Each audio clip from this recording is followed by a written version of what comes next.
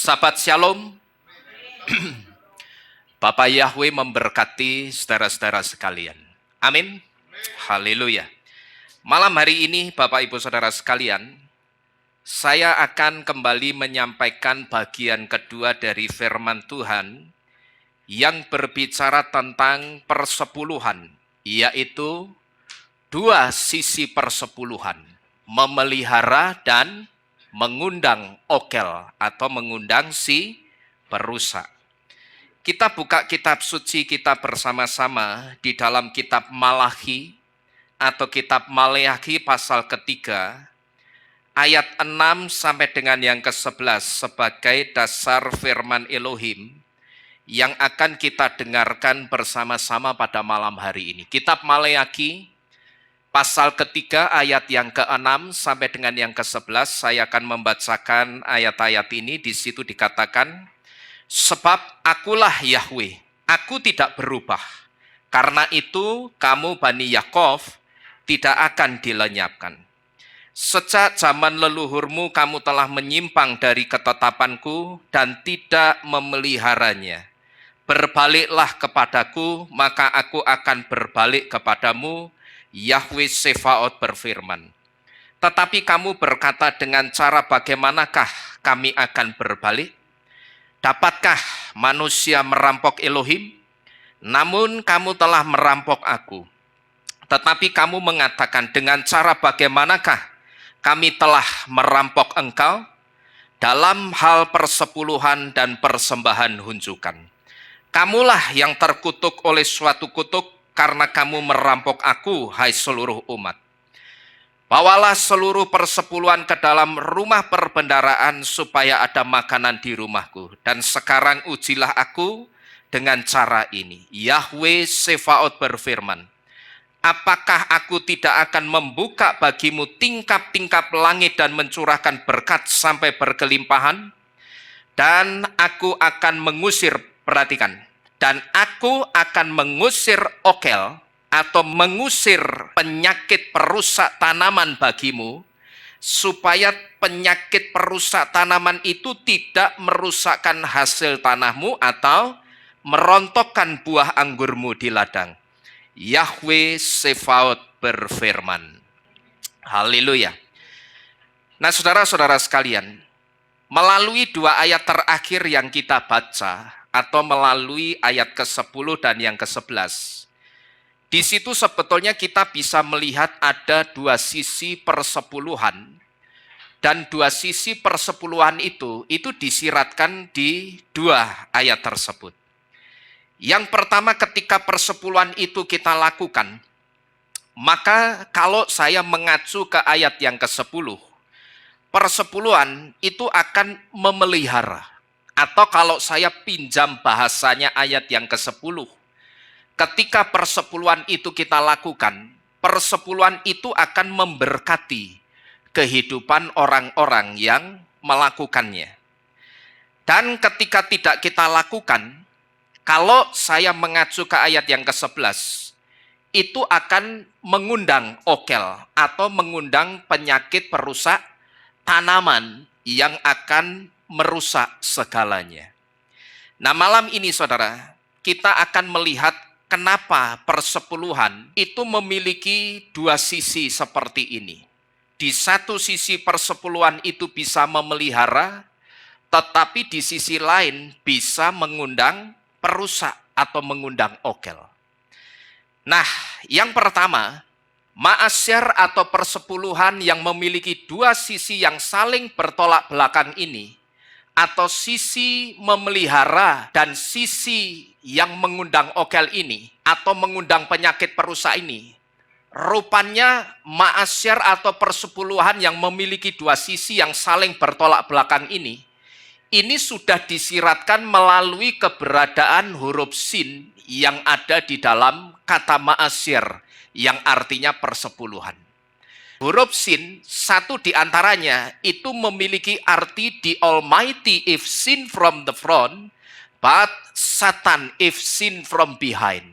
Yang artinya yang maha kuasa, atau kalau yang maha kuasa itu saya bahasa Ibranikan, bahasa Ibraninya apa ini? Shaddai. dan Syadai itu tidak lain adalah Bapak Yahweh. Jika dilihat dari depan, tetapi Satan jika dilihat dari belakang atau dari sisi sebaliknya. Kenapa kok Bapak Yahweh dan Satan atau Syadai dan Satan itu saling bertolak belakang? Karena kalau kita lihat, kata Syadai itu ditulis dengan huruf Sin Dalet Yod. Huruf depannya Sin Dalet Yod apa ini? Sin. Huruf depannya Syadai. Syadai itu kan ditulisnya dengan huruf Ibrani Sin Dalet Yod. Huruf depannya apa ini? Sin.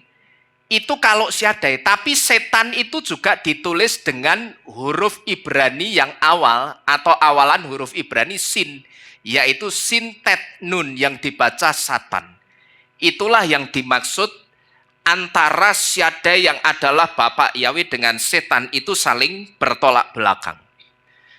Jadi dua sisi persepuluhan yang saling bertolak belakang ini rupanya sudah disiratkan oleh huruf Ibraninya sendiri yang menyusun kata ma'asyer yang artinya persepuluhan.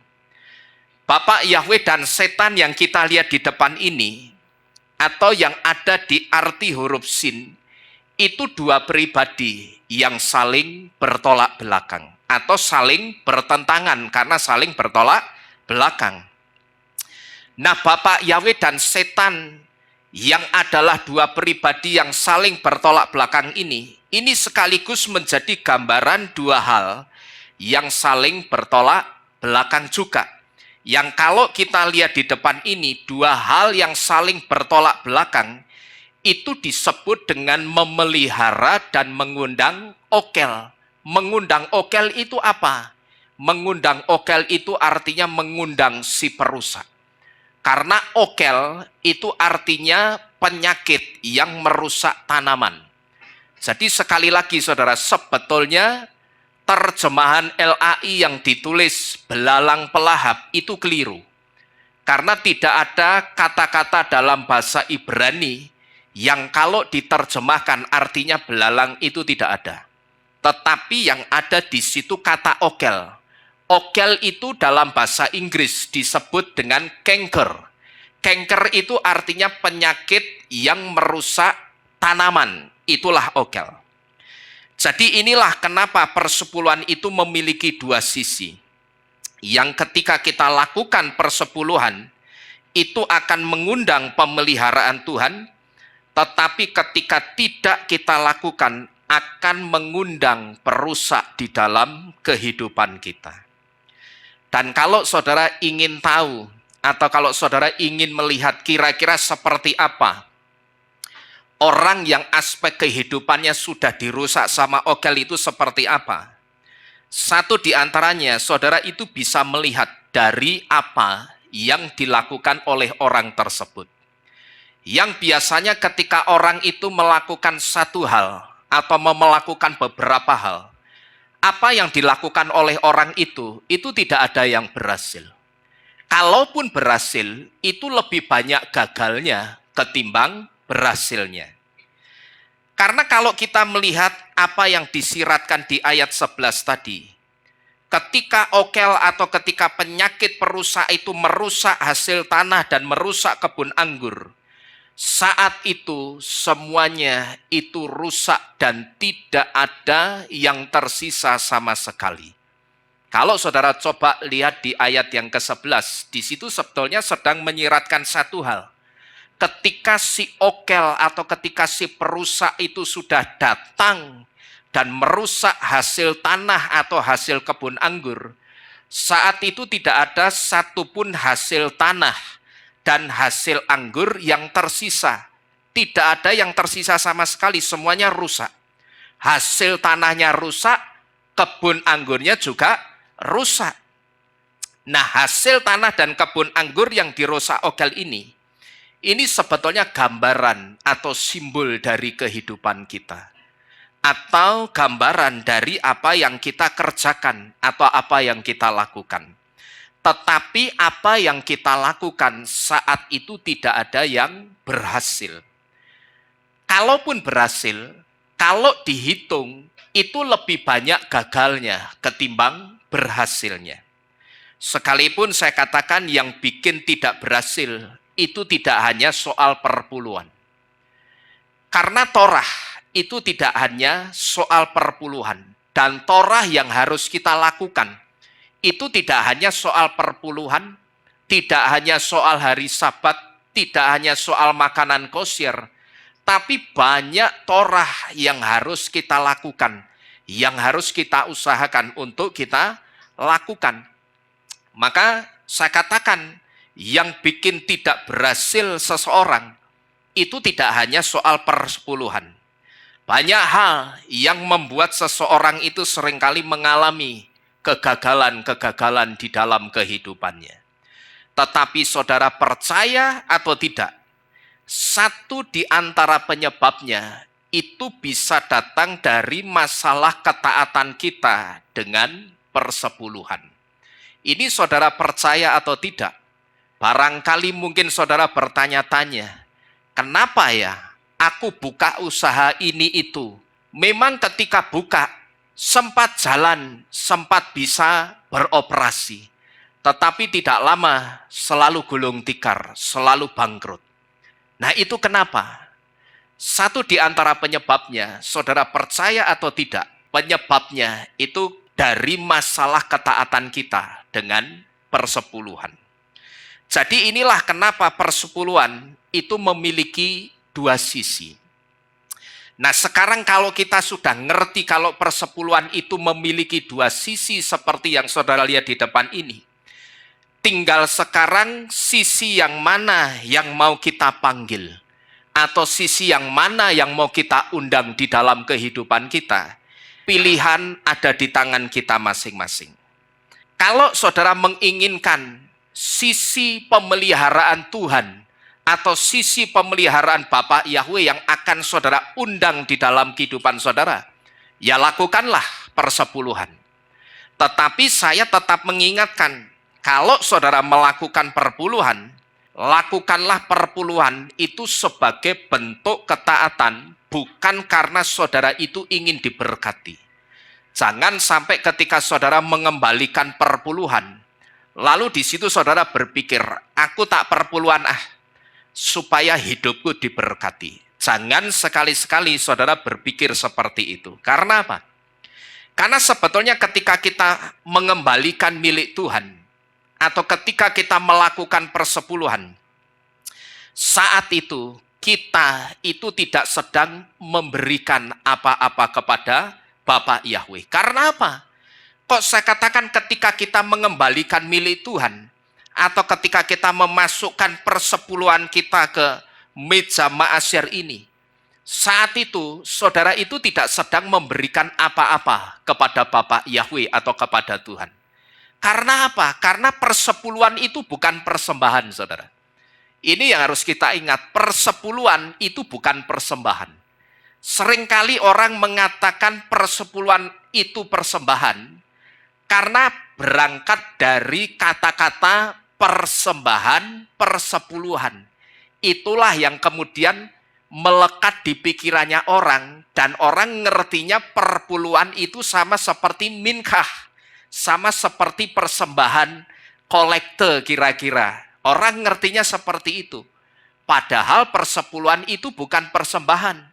Dan kalau persepuluhan itu bukan persembahan, berarti sebetulnya ketika kita mempersepuluhkan, saudara dan saya, kita yang mempersepuluhkan itu tidak sedang memberikan apa-apa kepada Bapa Yahweh. Namanya saja mengembalikan. Otomatis kalau mengembalikan, berarti kita itu tidak sedang memberikan apa-apa kepada Tuhan. Karena itu bukan milik kita, tetapi miliknya Bapa Yahweh yang kita kembalikan. Kalau saya buatkan satu ilustrasi, kira-kira begini saudara. Katakanlah suatu hari, saya itu menemukan satu dompet di jalan. Lalu setelah saya buka, saya lihat ada KTP-nya, ada SIM-nya. Ternyata setelah saya lihat dompet itu punyanya Pak Lili misalkan. Lalu saya lihat di situ ada namanya Lili, Alamatnya Jalan Indraprasta, saya cari, begitu ketemu dompetnya saya kembalikan.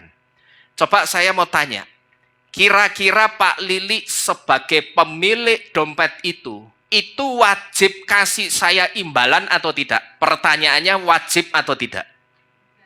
Tidak, saudara. Karena apa? Karena itu miliknya Pak Lili yang dikembalikan gitu loh. Tetapi biasanya ketika orang itu barangnya ditemukan dan dia merasa senang, dia lihat, apalagi kalau di dompet itu isinya surat-surat penting. Terus dia lihat surat-surat pentingnya masih lengkap, bahkan duitnya tidak ada yang kurang sepeser pun. Biasanya orangnya akan apa, saudara? Kalau dompetnya ketemu lagi, akan senang. Nah, biasanya orang kalau senang itu akan dengan sendirinya kasih apa? Kasih imbalan. Nah, perpuluhan itu juga begitu. Ketika kita kembalikan miliknya Bapak Yahweh itu tidak berkewajiban untuk memberkati saudara dan saya, itu tidak. Bapak Yahweh itu tidak punya kewajiban untuk memberkati kita. Tetapi sama seperti orang yang senang ketika barangnya ditemukan tadi.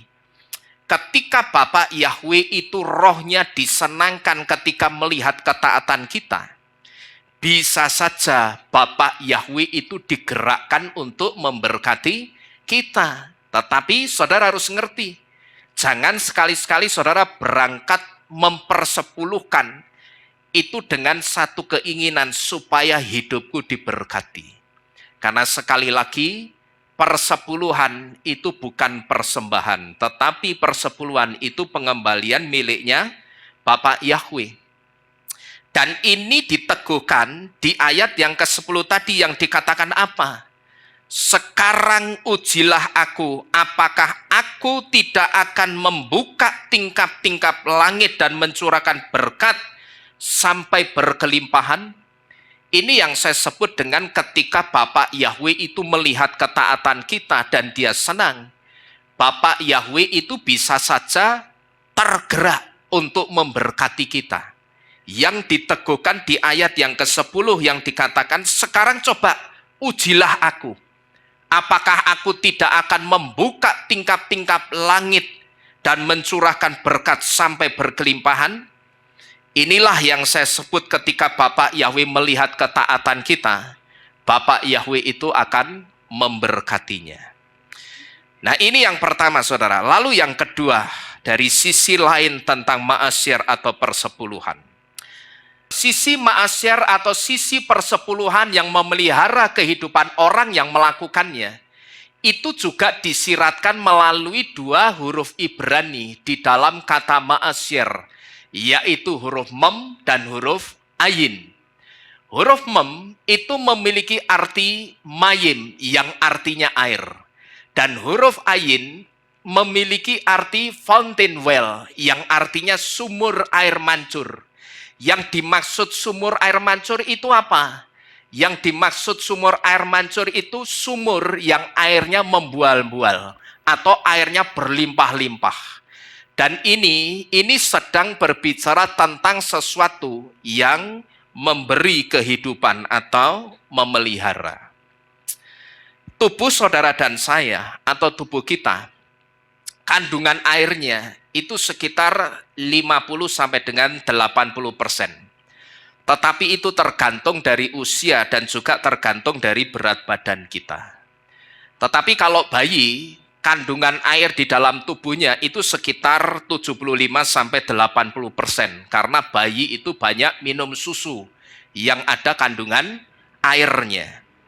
Ini lebih banyak dari orang dewasa atau orang lansia. Kalau orang dewasa itu sekitar 60% kandungan air di dalam tubuhnya. Tetapi kalau lansia itu lebih sedikit, saudara. Kandungan air di dalam tubuhnya itu sekitar 50%. Nah, ini artinya apa? Ini artinya air yang ada di dalam tubuh kita itu memegang peranan yang sangat penting untuk kehidupan seseorang. Orang mungkin tidak makan 3 hari, dia bisa bertahan hidup. Tapi kalau tidak minum 3 hari, orang bisa mati. Karena apa? Karena dehidrasi, kekurangan cairan. Terkecuali kalau orang yang puasa. Puasa itu satu pengecualian. Karena di dalam puasa itu ada satu hal yang misteri. Yang saya sebut ada campur tangan kuasanya Bapa Yahweh. Yang memberikan kekuatan kepada setiap orang yang berpuasa. Maka kalau saudara lihat, ketika orang tidak puasa, orang cuman beraktivitas biasa, tapi dia tidak punya uang untuk beli makan atau beli minum. 3 hari dia tidak makan, mungkin dia bisa bertahan. Tapi ketika 3 hari dia tidak minum, dia bisa dehidrasi. Dan bisa saja orang itu mati, saudara. Tetapi kalau orang puasa, kita bisa melihat orang puasa sampai berhari-hari, bahkan kalau ada yang puasanya sampai puasa 40 hari, orangnya tidak mati, saudara. Padahal orang itu tidak makan juga tidak minum, tapi orang itu tidak mati. Nah, itu yang saya sebut ada sesuatu yang misteri di dalam berpuasa. Yang saya sebut sesuatu yang misteri itu dengan campur tangan kekuatannya Bapa Yahweh yang menopang orang yang berpuasa tersebut. Saya juga pernah, saudara, ketika saya telat makan saja, mesti yang saya alami apa? Sariawan. Saya kalau telat makan itu mesti sariawan. Ya, tetapi saya ingat suatu kali saya pernah berdoa puasa. Saya doa puasa di sini itu sampai hampir 1 hari. Tetapi setelah saya selesai doa puasa, saat itu saya tidak sakit, saya tidak sariawan, bahkan pusing pun itu tidak.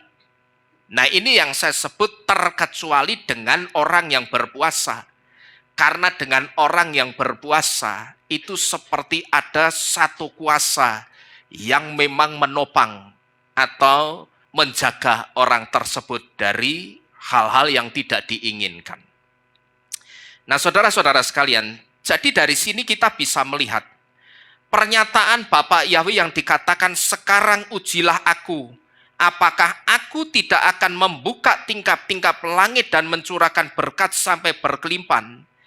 Ini sebetulnya pernyataan Bapa Yahweh yang akan memberkati orang-orang yang melakukan persepuluhan. Dan kita bisa melihat di depan ini, apa yang dikatakan Bapa Yahweh itu saya sebut ditandatangani atau dimeteraikan dengan 2 huruf Ibrani di dalam kata ma'asyir yang artinya persepuluhan, dan persepuluhan itu perintahnya Bapa Yahweh. Jadi kalau kita lihat janji Bapa Yahweh yang akan memberkati orang yang melakukan persepuluhan, itu bukan janji biasa atau janji yang hanya diucapkan begitu saja. Tetapi ibarat orang menjalin satu kerjasama. Kerjasama itu ditulis di atas kertas dan kerjasama itu ditandatangani, distempel, terus dikasih meterai. Yang disebut meterainya itu dengan huruf mem dan huruf ayin yang saudara lihat di depan ini. Nah, ini artinya apa?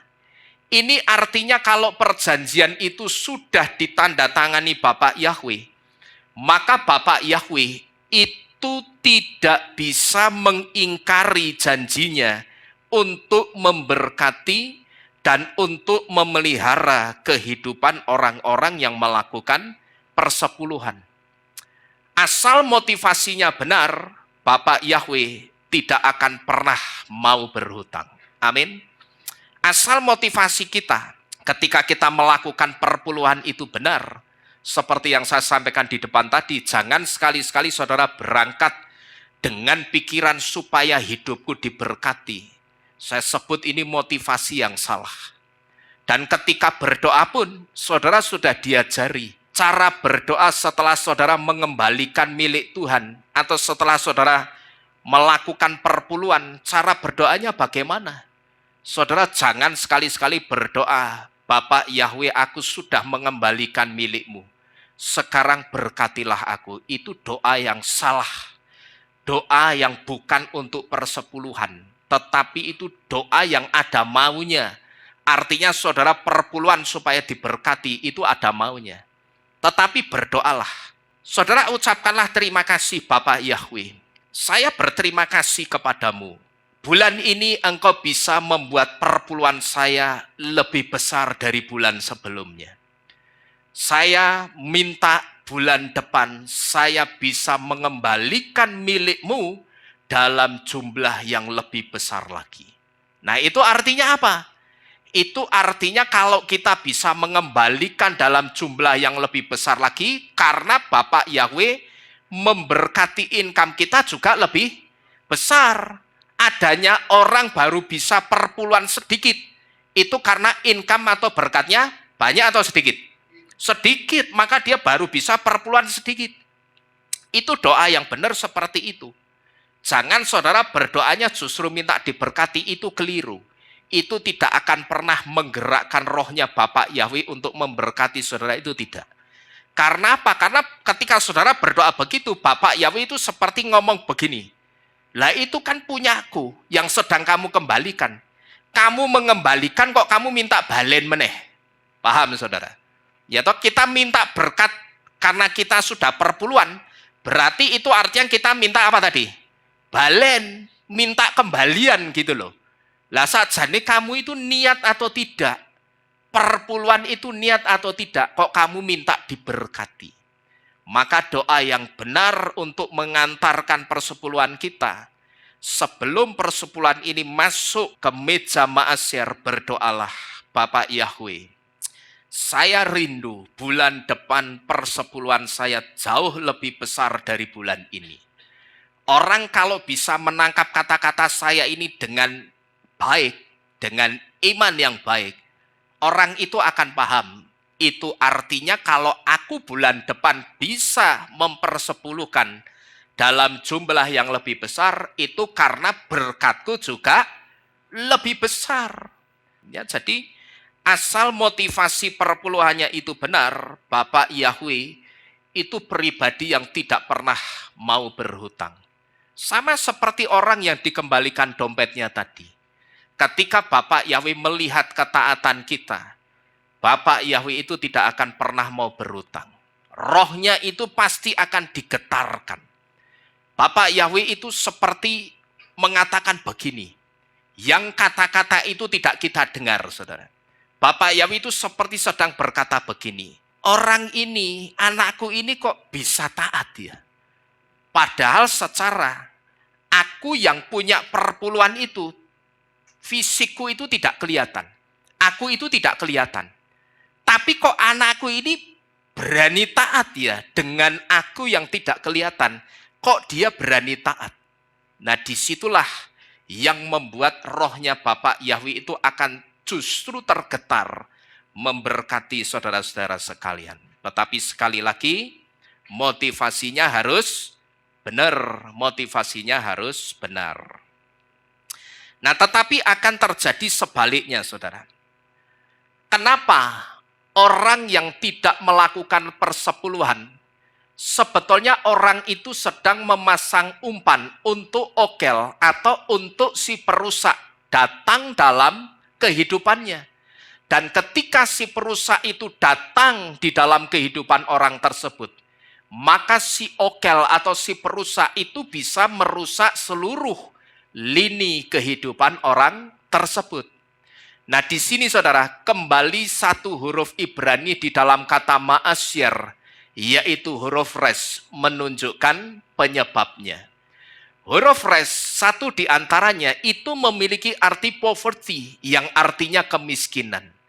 Dan huruf res yang artinya kemiskinan ini sedang berbicara tentang sesuatu yang dihabisi oleh si okel atau oleh si perusak itu.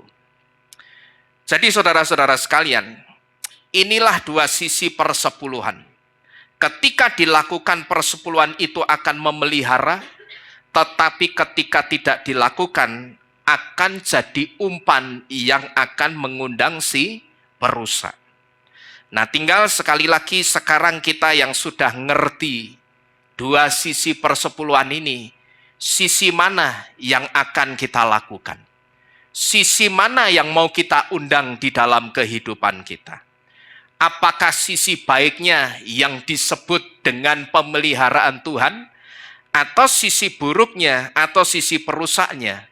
Pilihan itu ada di tangan saudara. Tetapi sekali lagi saya mengingatkan, ketika saudara melakukan persepuluhan, lakukanlah itu sebagai bentuk ketaatan. Yang kedua juga lakukanlah itu sebagai bentuk rasa hormat kita kepada Bapak Yahweh, dan juga sebagai bentuk rasa hormat kita kepada Torah. Nah, jadi sebetulnya saudara, kalau sebagai bentuk rasa hormat kepada Torah, sebetulnya gereja yang tidak mengajarkan Torah, jemaatnya itu tidak perlu kasih perpuluhan. Gereja yang tidak mengajarkan Torah, jemaatnya itu sah di hadapan Tuhan. Kalau jemaatnya itu tidak memberikan perpuluhan, itu sah dan tidak akan kesalahan di hadapan Tuhan. Dan seharusnya gerejanya juga fair. Kalau gerejanya sudah konsisten tidak mengajarkan Torah, seharusnya gereja itu juga tidak boleh terima perpuluhan. Itu baru namanya fair. Tetapi kalau gerejanya tidak mengajarkan Torah, sedangkan dia terima perpuluhan dari jemaatnya, saya sebut gereja ini tidak fair. Berarti gereja ini cuma mau cari untung, saudara. Karena apa? Karena persepuluhan itu Torah. Nah, kalau gereja tidak mengajarkan Torah, mau itu gereja penyembah Yahweh sekalipun, atau gereja Kristen biasa pada umumnya, kalau gereja itu tidak mengajarkan perpuluhan, seharusnya gereja itu juga fair, tidak menerima perpuluhan dari jemaatnya. Kalau dia tidak mengajarkan Torah, jangan terima perpuluhan. Dan jemaatnya itu tidak salah, tidak akan kesalahan di hadapan Tuhan kalau jemaatnya itu tidak memberikan persepuluhan, karena gereja itu tidak mengajarkan Torah. Fairnya harusnya begitu, saudara-saudara sekalian. Karena sekali lagi, persepuluhan itu Torah. Bahkan minggu kemarin kita sudah diberitahu, Torah Mose yang ada ratusan tahun setelah Abraham. Tetapi ketika Torah yang mencatat tentang persepuluhan itu belum ditulis dalam bentuk Torah Sebiktaf atau Torah tertulis, Abraham itu sudah bisa memberikan persepuluhannya kepada Melkisedek atau Malkisedek. Lah, Abraham ngerti dari mana? Persepuluhan itu ngerti dari mana? Abraham ngertinya tidak lain itu dari Torah Sebalpe yang dia lakukan. Torah Sebalpe itu apa? Torah lisan, Torah of the mouth, atau oral law, atau hukum yang diucapkan, atau Torah lisan, yaitu Torah atau pengajaran yang saat itu diucapkan atau diajarkan langsung dari mulutnya Bapak Yahweh, langsung diajarkan kepada Abraham. Makanya Abraham itu ngerti soal perpuluhan, dan makanya begitu dia selesai pulang dari perang melawan raja-raja, saat itu Malkisedek itu menyambut Abraham, dan begitu mereka berjumpa, mereka berjabat tangan, lalu Abraham memberikan 1/10 dari hasil rampasan perang itu kepada Malkisedek atau kepada Melkisedek. Jadi dari sini kita bisa melihat persepuluhan itu Torah. Dan kalau gereja tidak mengajarkan Torah, maka sah sebetulnya kalau jemaatnya tidak kasih perpuluhan, itu sangat sah dan tidak akan kesalahan di hadapan Tuhan. Dan harusnya fairnya itu seperti itu. Jadi sekali lagi, sisi mana yang mau saudara panggil atau saudara undang datang di dalam kehidupan saudara? Apakah sisi pemeliharaan Tuhan atau sisi perusaknya yang mau saudara panggil? Itu pilihan saudara.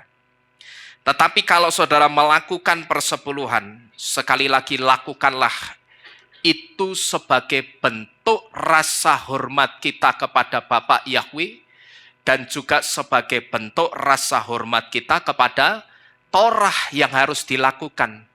Jangan kita berangkat mengembalikan milik Tuhan juga dari rasa yang tidak benar. Wah, kepingin diberkati tak perpuluhan. Saudara justru tidak akan pernah mendapatkan apa-apa.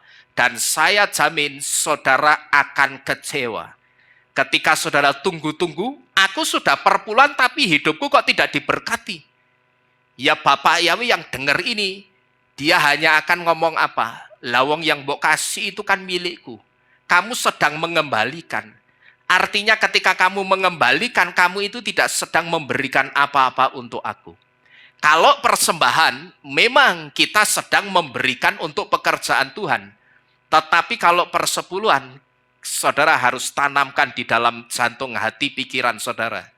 Persepuluhan kita itu tidak sedang memberikan apa-apa kepada Bapak Yahweh, tetapi kita sedang mengembalikan miliknya Bapak Yahweh. Jadi sekali lagi, mana yang mau saudara undang atau saudara panggil datang di dalam kehidupan saudara? Apakah sisi pemeliharaannya yang mau saudara undang? Atau sisi perusaknya, pilihan itu ada di tangan saudara.